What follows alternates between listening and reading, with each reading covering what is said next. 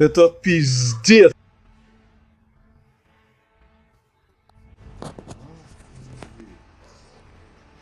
Mayroong gas. Ito ay pisdes. Si Vladimir Putin ay opisyal nang naubusan ng oras at desperadong tumatakas papuntang China upang magmakaawa ng tulong mula sa kanyang kuya na si Xi Jinping. Kita mo, habang ang militar ng Russia ay patuloy na tatalo at nawawala ng teritoryo sa frontline, ganap nang bumaliktad laban sa Kremlin. Pero para kay Putin, hindi pa ito ang pinakamasamang balita. Ang sukdulang kahihiyan ay nangyari sa live na telebisyon. Takot na takot sila dahil sa malalaking, hindi pa nangyayaring pag-atake ng drone sa kanilang kabisera. Ang mga pinakatapat na propagandista ng Kremlin ay opisyal ng tumatalikod sa pamahalaang Ruso. Hayagan silang nagpapanik at kinukutya ang desperadong kasinumalingan ng militar sa publiko. Habang bumabagsak ang kanyang imperyo sa harap ng kanyang mga mata, si Putin na naipit ay nagmamadaling pumunta sa Beijing ngayon upang humingi ng huling minutong tulong. Talakay natin ito, simula sa mga sundalong Ruso na napapaurong sa frontline. Sa wakas, nakakabawi na ang Ukraine. Tingnan ang graph sa screen. Ipinapakita nito ang mga teritoryong nakuha ng Russia na nagawa ni Putin mula na magsimula ang pananakop na ito. Lahat ng kulay pula ay nangangahulugang nakakabawi ang Russia ng teritoryo at lahat ng kulay abo ay nangangahulugang nawawala ng teritoryo ang Russia.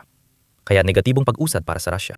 Huling nawala ng teritoryo ang Russia noong 2022 habang isinasagawa ang kontraopensiba ng Ukraine. At ngayong taon, nangyayari ulit ito pagkatapos ng summer offensive ng Russia na hindi naman talaga nagtagumpay. Ngayon, kahit pinakamataas sa rekord ang bilang ng mga patay at sugatan sa panig ng Russia, napapaurong pa rin ang Russia. Ayon sa mga ekonomista, nasa 500,000 sundalong Ruso ang napatay at umabot sa 1.5 milyon ang kabuong kaswalti kabilang ang mga sugatan. Ibig sabihin, 3% ng mga lalaki sa Russia bagong digmaan ay napatay o nasugatan dito. Dahil sa mga inobasyon ng drone, nabawi ng Ukraine ang ilang teritoryo ngayong taon. Ayon sa pagsusuring, ito nakabawi ang Ukraine ng humigit kumulang 100 at 89 na kilometro kwadrado. Hindi man malaking pagbawi. Pero ang totoo ay nawawala ng Russia ng nasa 30,000 hanggang 40,000 sundalo kada buwan. Sa kabila nito, napapaurong pa rin sila kahit maliit habang nagtitiis ng matinding kaswalti. Kahapon, naglabas ang mga Ukrainian ng video kung saan tinamaan ng missile strike ang lugar ng Russian Akhmat Special Battalion at napatay ang 60 mananakop isang atake, 60 agad ang patay. Malaking dagok ito at tila hindi pa sapat. Pinabagsak pa ng Russian Air Defense ang sarili nilang helicopter sa mga frontline. Ito ang balitang galing mismo sa mga Russian military correspondent, gaya na nakikita nyo sa inyong screen.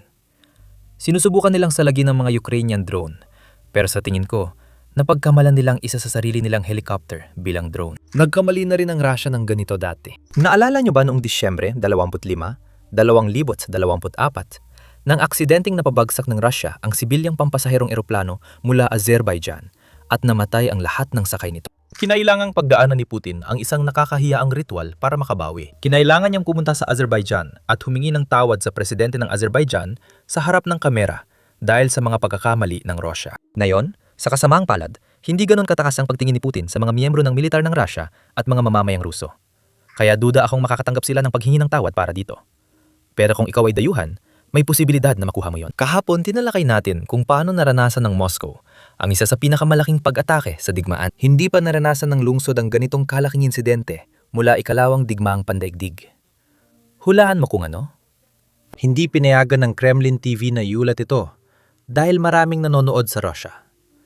Kaya tinago ni Putin ang impormasyon. Hindi ganun sa mga pahayagan. Kadalasan, mas malaya ang mga pahayagan sa Russia kaysa TV. Hindi ibig sabihin na pwedeng lang sabihin lahat, pero mas malamang na pumuna sila sa gobyerno kaysa sa TV news o talk show channel. Tingnan mo kung anong sinasabi ng mga pahayagan pagkatapos ng napakalaking pag-atake na yon. Magandang umaga mula sa Moscow mga kaibigan. Lunes, Mayo 18 ngayong umaga, tinatalakay ng mga pahayagang Ruso ang malawakang pag-atake ng drone ng Ukraine sa Rusya nitong weekend. Ayon sa pahayagan ng pamahalang Ruso na Rossiyskaya Gazeta, unang beses na nakabagsak ang depensang panghimpapawid ng Rusya ng mahigit 1,000 drone ng Ukraine sa loob ng 24 na oras. Kamasant, makarehiyon ng Rusya ang nakaranas ng isa sa pinakamalalaking pag-atake mula sa himpapawid ng Ukraine. Ang headline ng Komsomolskaya Pravda ay tungkol sa ang matapang na pag-atake ng hukbong Ukrainian sa rehiyon ng Moscow. Dun, ayon sa Moskovsky Komsomol, mahigit 130 drone ang napapagsak. Nasira ang mga tirahang gusali at infrastruktura. May mga nasawi. May larawan ang dyaryo ng pinsala, gaya ng gusaling apartment sa Krasnogorsk sa Moscow na tinamaan ng drone at bahay sa distrito ng Naryofeminsk. Iminungkahi ng isang military analyst na salakiin ang teritoryo ng kalaban, mga base, paliparan, pabrika ng militar, pati mga lugar ng paglulunsad at imbakan kabilang ang nasa ibang bansa. Mas eksakto ang impormasyong makukuha natin kung paano dinadala ang mga drone sa Ukraine, saan ito ibinababa, iniimbak at pinapalipad, mas madalas tayong makakapagsagawa ng mga pag-ataking pang-iwas sa mga lugar na ito at mas kaunti ang pagkakataon na tatama ang mga drone sa ating teritoryo. Ang headline ngayon sa Izvestia ay nagpapakita ng pakiramdam na walang nakikitang katapusan sa sigalot. Madilim sa dulo ng lagusan. Ayon sa isang political scientist sa pahayagan, hindi pabor sa rehimen ng Kiev ang mapayapang resolusyon. Dahil dito, malamang na magkakaroon lang ng kasunduan sa kapayapaan kung magtatagumpay ang hukbong Ruso at makamit ang mga layunin ng espesyal na operasyong militar. Gustong umabante ang Rusya sa mga frontline para mapigilan ang mga pag-atake ng Ukraine sa Moscow. Ngunit nawawalan na sila ng teritoryo. Payuhan ko si Putin. Kung nais niyang itigil ang pag-atake, pwede niyang iurong ang tropa niya. Pero hindi yun opsyon para kay Putin. Kaya tuloy lang siyang pumapatay ng mga Ruso. Nakakatawa talagang makita ang pagbabago ng sitwasyon. Nung simula ng digmaang ito, pinagtatawanan ng mga Ruso ang mga Ukrainyano matapos maglunsad ng mga drone strike at missile strike. Ang mga pag-atakeng ito ay pumapatay ng mga sibilyan at ipinapakita pa sa mga palabas sa TV ng Russia. Makikita natin ang lahat ng mga tinaguriang analyst na nagdiriwang. Tingnan mo ito. Ang clip na ipapakita ko sa iyo ay napakaikli, 10 segundo lang. Pero mula pa ito Disyembre 2022. Noong unang taon ng digmaan, wala pang kakayahan gumanti ang Ukraine. Tingnan mo kung paano sila nagdiriwang sa pagpatay ng sibilyan. Pakinggan mo ito.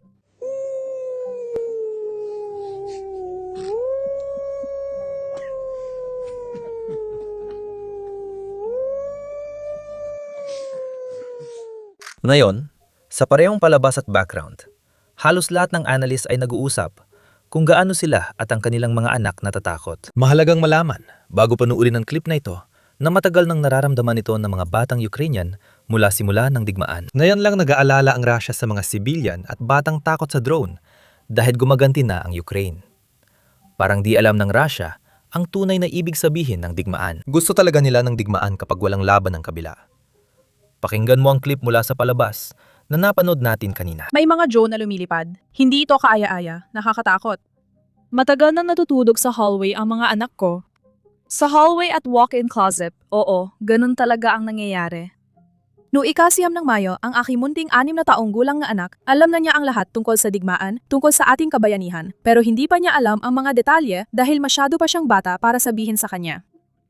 Ikinabit niya ang laso ni San Jorge, hindi lang sa sarili, kundi pati sa paboritong manika, dito mismo sa dibdib. Tapos tinanong niya ako, Mama, alam ko nanalo tayo laban sa mga pasista, pero sino ba sila? Sila ba ang nagpapadala ng mga drone?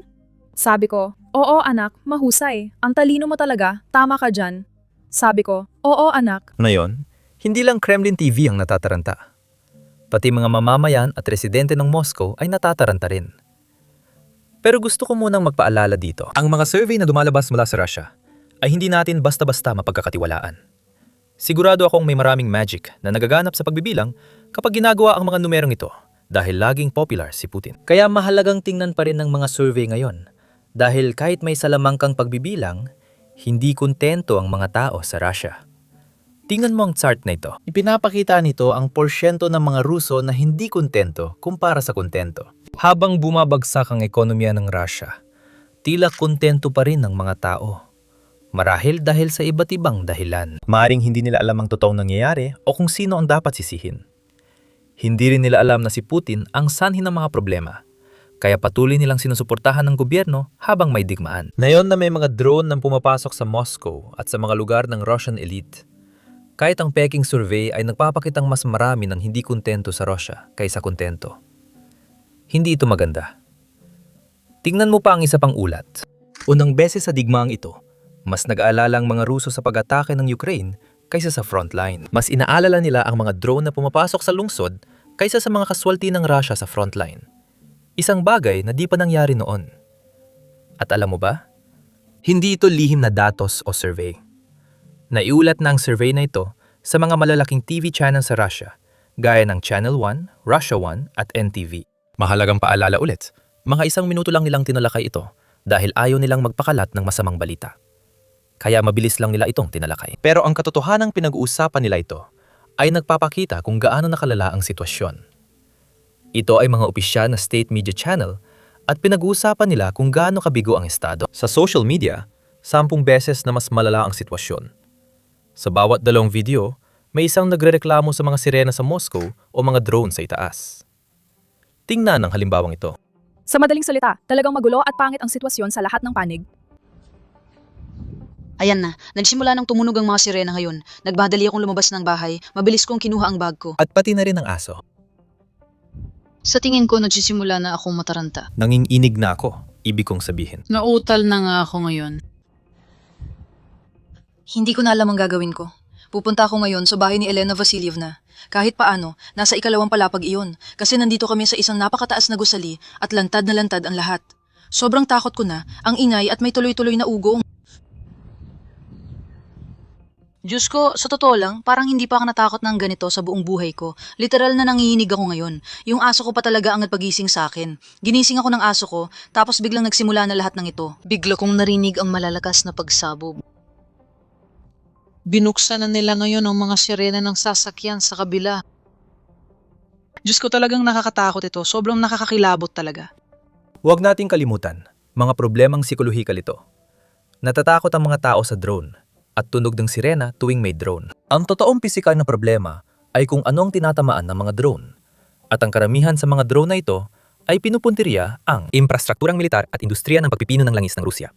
Industriya ng langis ng Rusya. Kahapon, inanunsyo ni Pangulong Zelensky na ayon sa mga dokumentong Ruso, bumaba ng 10% ang kapasidad ng pagpipino ng langis ng Rusya nitong mga nakaraang buwan. Malaki ang epekto nito dahil napipilitang magsara ng mga balon ang mga kumpanyang langis ng Rusya. Alam ng mga sumusubaybay sa ating ulat sa digmaan sa Iran kung gaano kalala ang sitwasyon. Kapag isinara ang mga balon ng langis, kadalasan ay nawawalan ka ng porsyento ng langis na sana'y makukuha mo.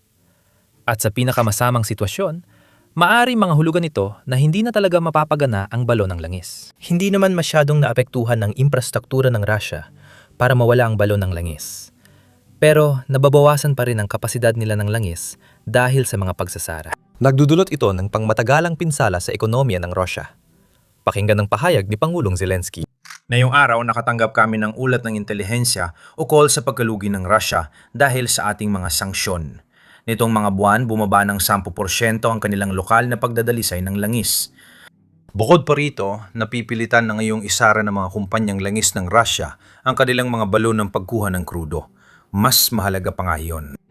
Ang pangunahing paraan ng pamamahala ng Russia sa kanilang produksyon ng langis ay ganito talaga. Kaya ito mismo ang uri ng resulta na pinakaayaw nila. Bukod sa agarang pagkalugi, mas mahirap at mas technical ang proseso ng muling pagpapatakbo ng mga balon ng langis ng Russia kumpara sa ibang mga bansa na madaling magsara kapag may kaunting pagbabago sa merkado. Gayunpaman, hindi yun kakayanin ng Russia dahil ang pagkawala ng ganong produksyon ay masakit at mahirap para sa kanila. Dahil sa mga problemang ito, halos maubusan ng pera ang Russia.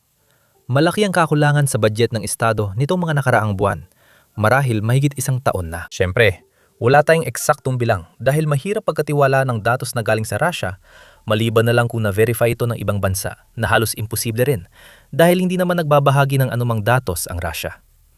Kaya hindi mo talaga masyadong mahuhusgahan. Pero base sa mga datos na lumalabas, base sa mga datos na mapagkakatiwalaan mo, alam mo na masama ang kalagayan. Pakinggan mo itong pahayag mula kay Zelensky. Tungkol sa kabuuang kita ng estado ng Russia, dahil sa malawak nating presyon sa lahat ng antas, sa loob lang ng 5 buwan ngayong taon, mas malaki na ang kanilang kakulangan kumpara sa plano nila para sa buong taon.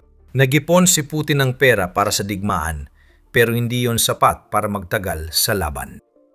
Bawat ganting atake na ginagawa natin, bawat hakbang na ginagawa natin kasama ang ating mga kaalyado, bawat hakbang ng presyon, lahat ng ito ay nagtutulak sa Russia na tapusin ang kanilang digmaan. Marami sa kanilang mga rehiyon ay bangkarot na at si Putin ang nagdadala sa Russia sa ganitong kalagayan. At lahat ng iba't ibang paraan na iniisip nila para kumita ng pera ay hindi talaga makakatulong sa kanila.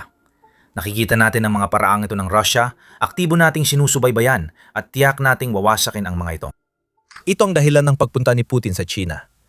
Nais niyang magmakaawa kay Xi Jinping na buksan o pondohan ng Power of Siberia 2 pipeline. Halos isang dekada nang sinusubukan ng Moscow ibenta sa Beijing ang proyekto. Pero China ang mas dominante at silang nagtatakda ng mga kondisyon. Ayaw nilang ibigay sa Russia ang gusto nito dahil magiging mas independent ito. Ngayon, desperado na si Putin. Hindi natin alam kung anong iaalok niya sa China kapalit ng tulong. Isa pang dahilan kung bakit napakahalaga ng pagpupulong na ito ay dahil minamadali ni Putin ang pagpupulong na ito kaagad pagkatapos umalis ni Pangulong Trump mula sa China. Hindi ito gaya ng US-China Summit. Nakaplano na ilang buwan bago pa man. Pinlano ito ni Putin matapos umalis si Trump para alamin kung anong napag-usapan sa China, kung kaalyado pa rin ng Russia ang China o itutulak nito ang kapayapaan. Kung wala ang China, mas grabe ang pagbagsak na ekonomiya ng Russia kaysa Soviet Union. Alam nyo rin namang wala ng Soviet Union ngayon. Kaya para sa Russia at Putin, hindi maganda ang kasunduang iyon.